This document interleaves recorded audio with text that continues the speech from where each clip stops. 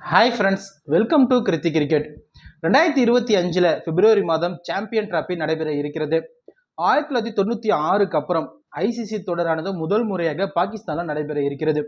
2008க்கு அப்புறம் பாகிஸ்தானுக்கு போயிட்டு இந்திய அணி எந்த ஒரு தொடர்லையும் விளையாடவே இல்லை.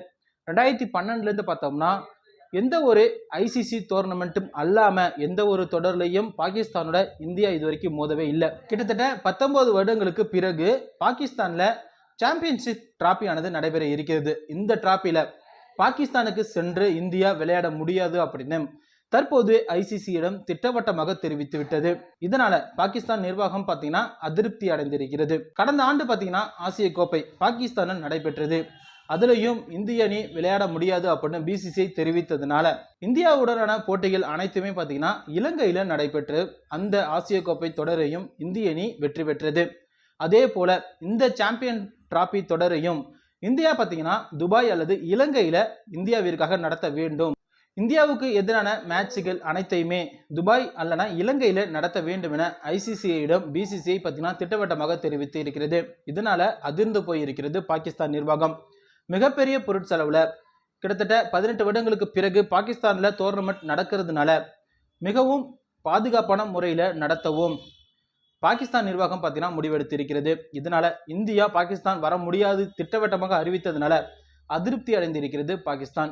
இதனால பிசிசிஐ ஐசிசி இரண்டு பேருக்கும் இடையேயான உறவுக்கு பாகிஸ்தான் பார்த்தீங்கன்னா தற்போது பங்கம் விளைத்திருக்கிறது. அது என்ன அப்படின்னா, இந்தியா பாகிஸ்தானுக்கு கண்டிப்பாக விளையாட வேண்டும். அப்படி விளையாடல அப்படின்னா இந்திய கவர்மெண்ட் பாகிஸ்தானுக்கு செல்ல வீரர்களுக்கு பர்மிஷன் அளிக்கல அப்படின்னு பிசிசிஐ பார்த்தீங்கன்னா எழுத்துப்பூர்வமாக ஐசிசிஐயிடம் ரிப்போர்ட் கொடுக்க வேண்டும் எனவும், இலங்கை அல்லது துபாயில நடத்த ஐசிசிஐ முடிவு எடுத்தால் அதற்கான செலவை ஐசிசிஐ ஏற்றுக்கொள்ள வேண்டும். பாகிஸ்தான் நிர்வாகம் இதற்கு எந்த ஒரு செலவையும் ஏற்றுக்கொள்ளாது அப்படின்னும் திட்டவட்டமாக அறிவித்திருக்கிறதாம்.